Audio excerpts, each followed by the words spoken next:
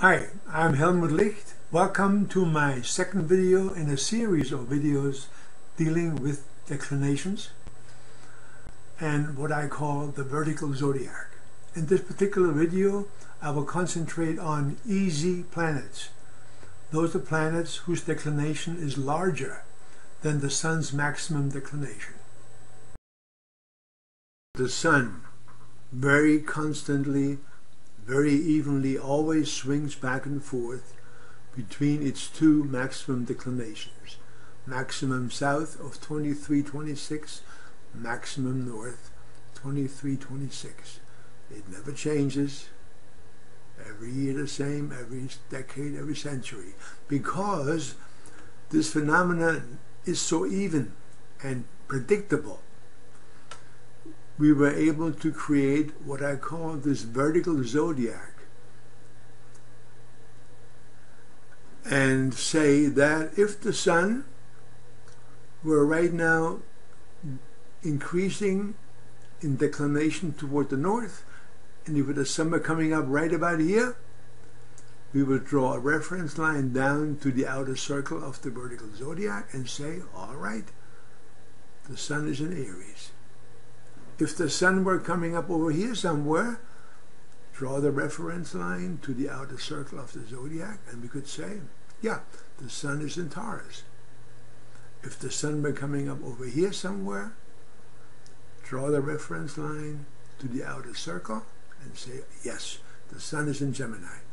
Once the Sun has reached its maximum northern declination and then goes into a declination north decreasing, then we could say if the Sun comes up right over here, draw the reference line to the outer circle, and there it is, the Sun is in Leo. If the Sun were coming up right over here somewhere, you could say the Sun is in Virgo. This is why it is so important to stipulate whether the Sun's declination is north increasing or north decreasing. If it's north increasing and the Sun is coming up somewhere right over here, then we would say the Sun is in Aries. If the declination were north decreasing and the Sun is coming up at the same spot, we would have to say that the Sun is in Virgo. And this is the same for the southern declination. Very quickly, if the Sun's declination is south and increasing and it's coming up somewhere over here, make the reference line to the outer circle, we could say the Sun is in Libra.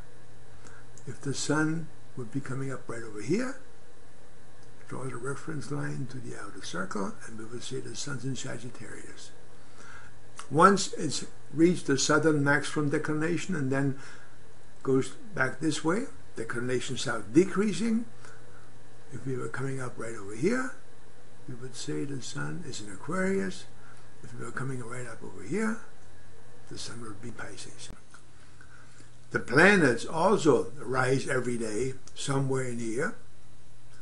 We don't see them because they're so tiny, or the clouds get in the way, or the Sun is too bright during the day for us to see them. But if we could see the planets as clearly as the moon at night on a cloudless night, we would see that they also rise to the north, or declination decreasing to the south, declination increasing, and then again declination decreasing. As long as the planets rise within this range, we can then also make reference to our vertical zodiac. By this I mean, if Venus's declination was increasing toward the north and it rose just about here, I could say that Venus is in Aries, in the vertical zodiac, not the regular zodiac. If Venus were rising right over here somewhere, I could say, yeah, Venus is in Gemini. If Venus's southern declination were increasing and it were rising somewhere in here, I could say Venus is right now in Libra, because you always make reference to the outer circle. And so on. Now, The planets, like I said, rise within this range, but some planets also rise outside this range. Venus might come up over here on one morning, and then we have no way to make reference to our vertical zodiac, because our vertical zodiac's maximum northern declination is 2326, just like the sun's. And our vertical zodiac's maximum southern declination is also 2326, just like the sun's. This is why I've told you earlier, the vertical zodiac is based on the sun's maximum declinations. And if the Venus were rising right over here, we would have no way at this time to place it within our vertical zodiac. However, do not fear, I've found a way, which I will explain later. And remember, Intrepid software has the vertical zodiac in it and has taken care of all that. Right now, let's have a look at the individual planets' declination cycle. By this I mean, let's see when Pluto starts a northern declination, increasing, to northern declination decreasing, to southern declination increasing, and back up to southern declination decreasing.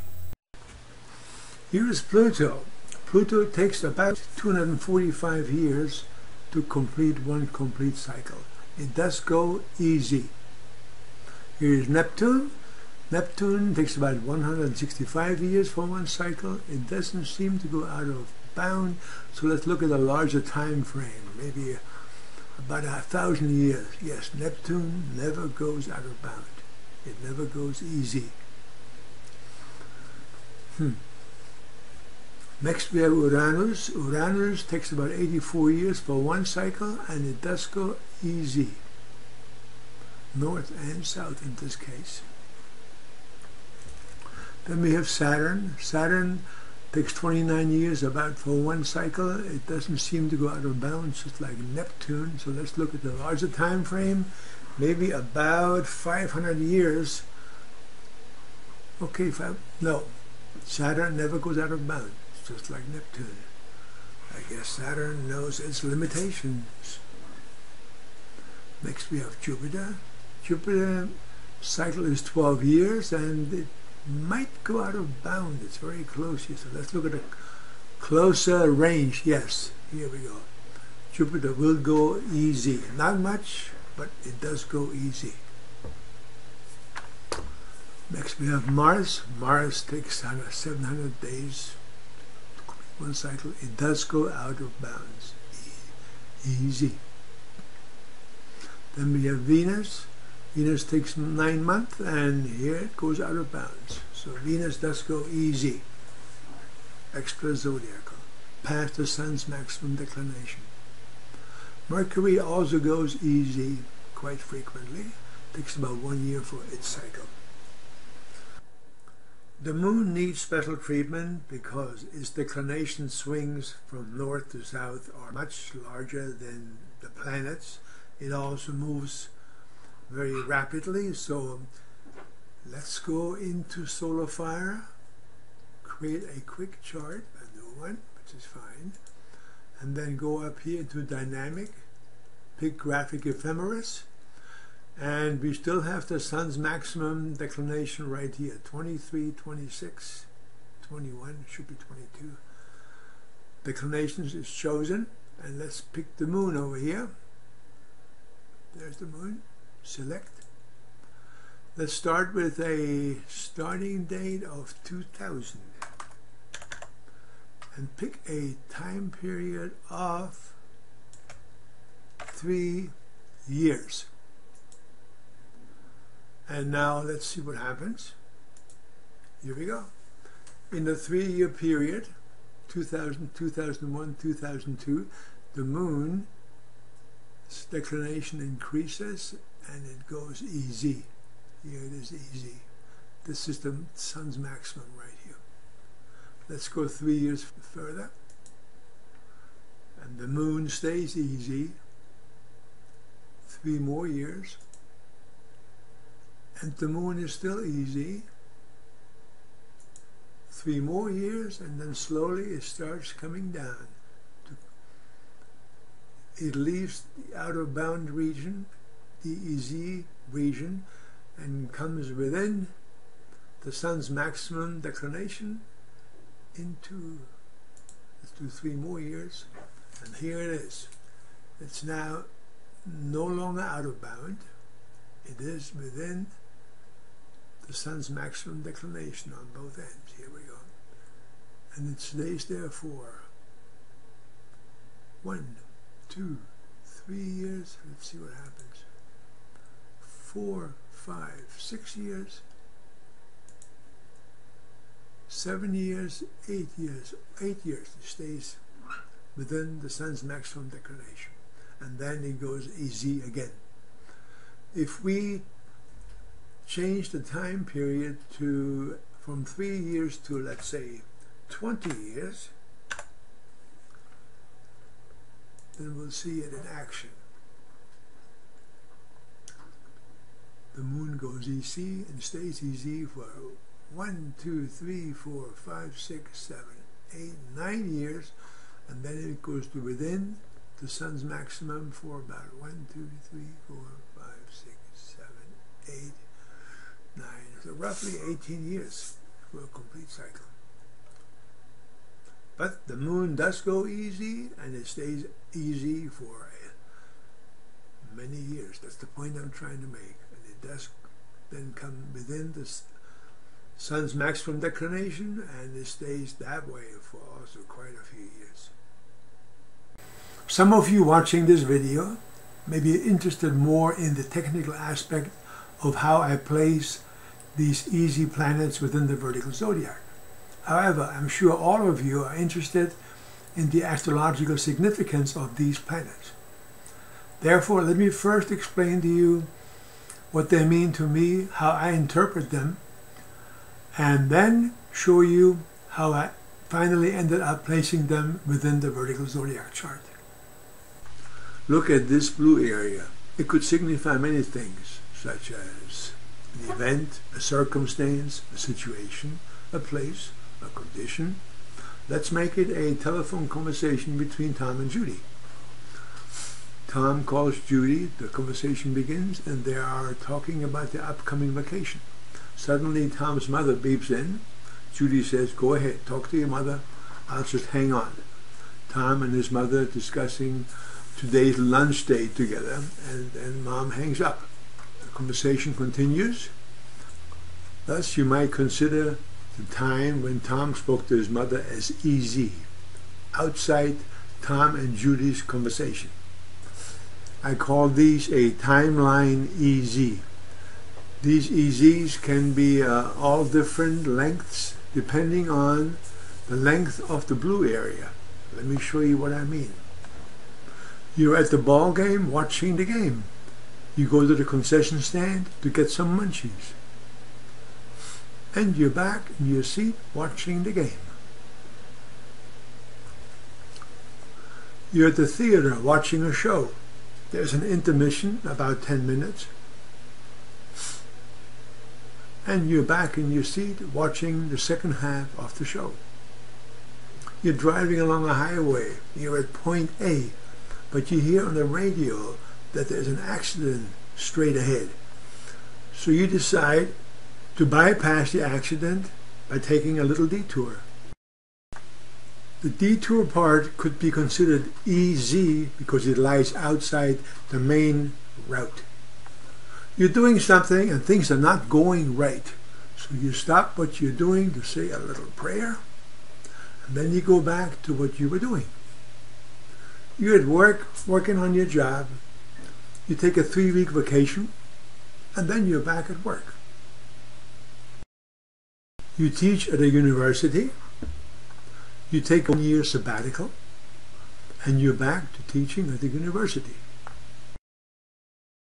Easy planets and their corresponding significance can either be temporary, such as indicated by transits or major progressions, or they can be permanent if the planet in question is easy at birth. Timeline EZs, as we have just seen, are temporary in nature. And here are a few examples of how a permanent EZ planet would manifest in somebody's life. My Mercury, which rules communication and verbal expression, is natally EZ. Here is my lifeline.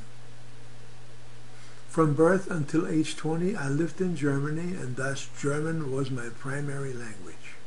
However, my step-grandmother was French, and she only spoke French with me.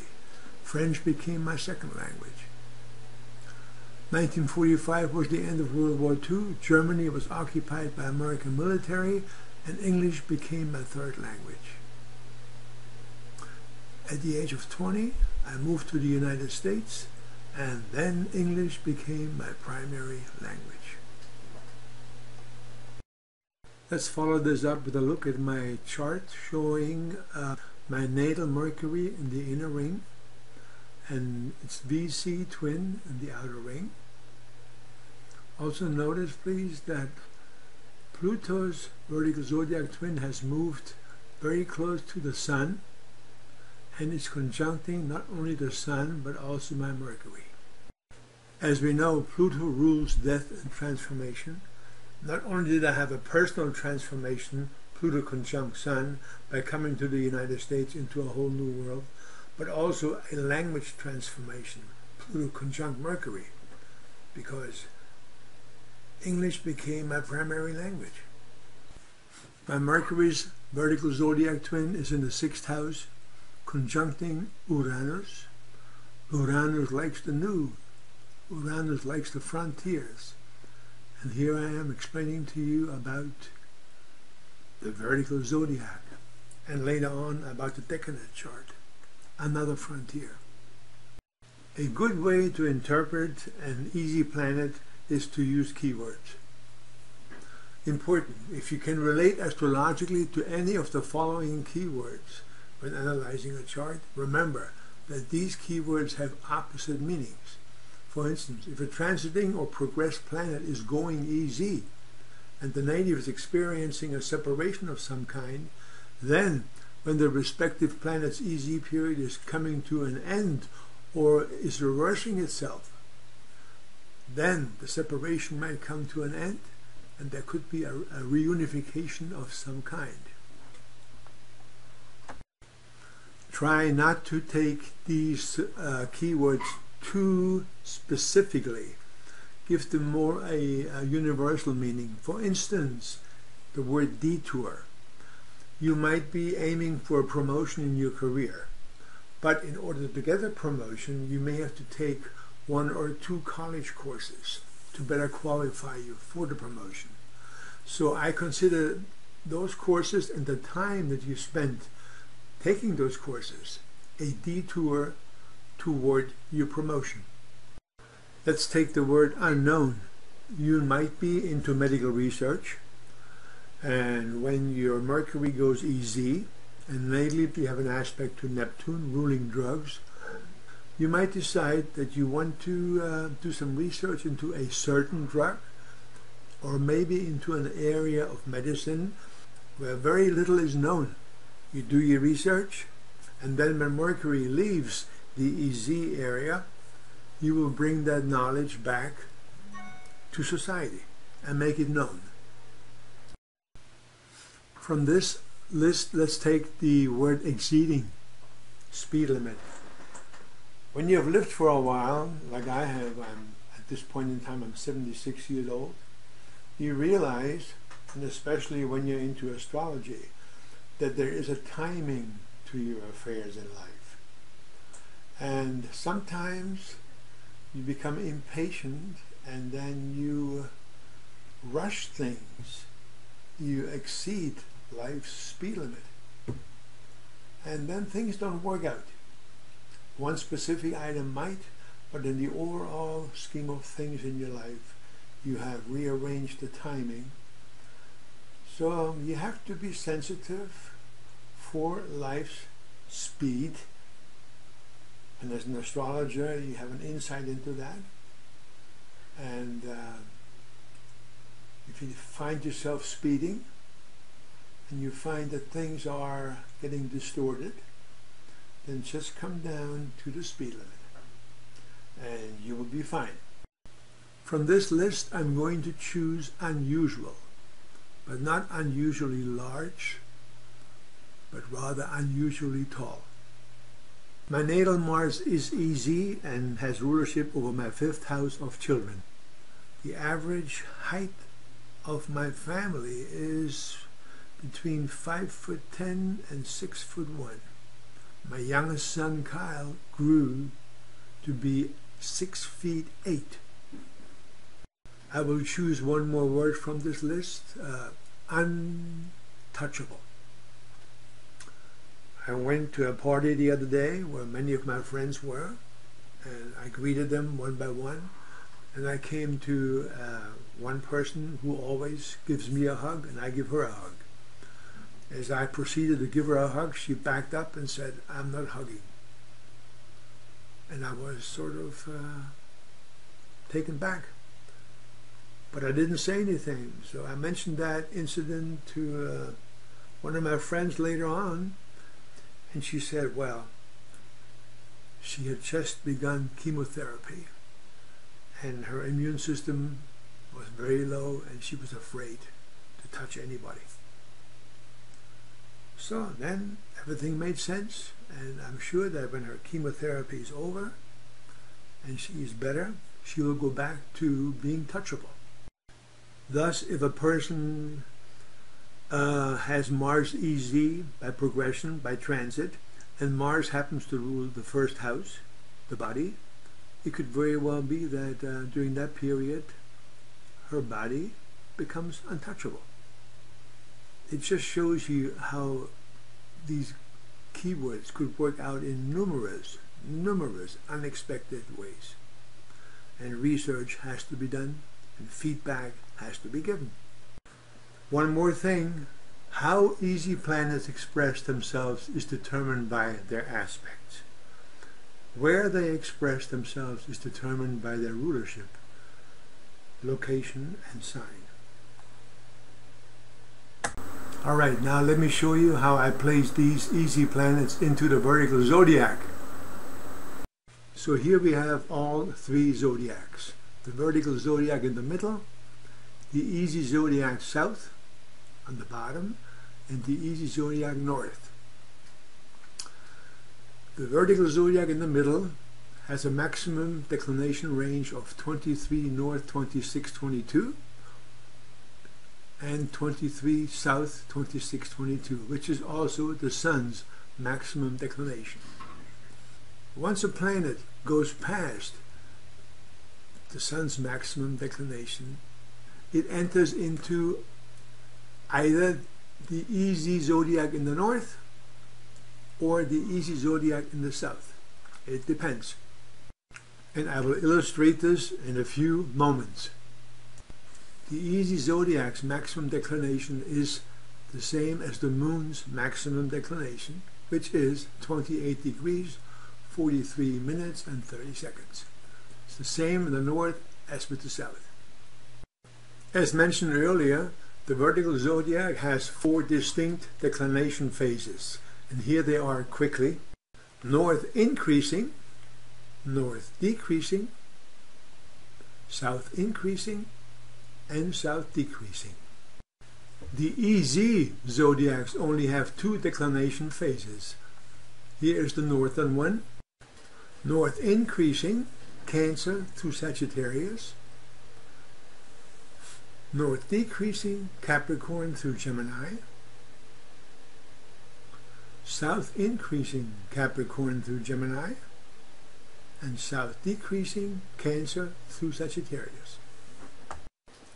Here is Venus with a declination of, let's say, 23 north 25, which is very close to the sun's maximum declination of 23 north 26. Therefore, Venus is now at the end of Gemini in the vertical zodiac. That little red line right here. Now, if Venus's declination increases to 23 north 27, it would be larger than the Sun's maximum of 23 north 26, and therefore Venus would move into the easy zodiac. Venus is now in the easy north zodiac and will remain there as long as its declination is larger than 23 north 26 22. In this scenario, Venus has reached a southern declination of, let's say, again 23 south 25, very close to the southern maximum of the vertical zodiac, which is 23 south 26. If Venus's declination would now increase to 23 south 27, it would move into the southern easy zodiac. And it would stay there as long as it has a declination larger than 23 south 26 22. The vertical zodiac had 4 distinct declination phases: north increasing, north decreasing, south increasing, and south decreasing. And every one of those phases had signs associated with it. North increasing, Aries, Taurus, and Gemini. North decreasing, Cancer, Leo, Virgo. South increasing, Libra, Scorpio, Sagittarius. And south decreasing, Capricorn, Aquarius, and Pisces. When planets have a declination larger than the Sun's maximum of 23-26, either north or south, they move into an area which I call extra-zodiacal, or EZ. And in these areas we only have 2 separate declination phases: increasing and decreasing. The same in the south: increasing and decreasing. Let's take these 2 directions and transform them into an arch. And here we are, north increasing on the left and north decreasing on the right. The purple area is the very top part of the northern part of the vertical zodiac. And it ends at 23 north 26 22. And then any planet which goes past this degree moves into the northern EZ area.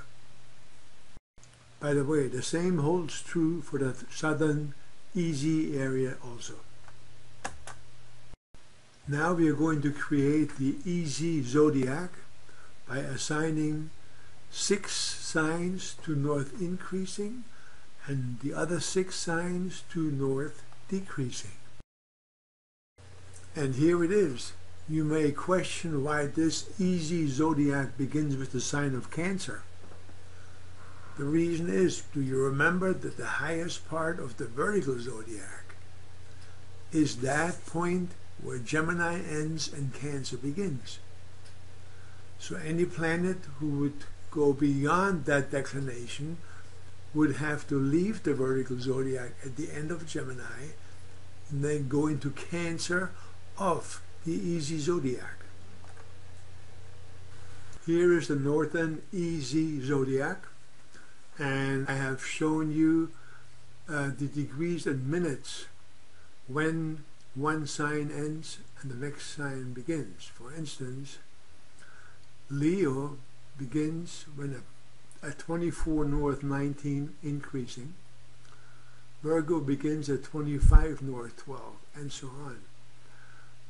Pisces begins at 26 north 58 decreasing. And Taurus begins at 25 north 12 decreasing. I have placed Venus in 4 different locations.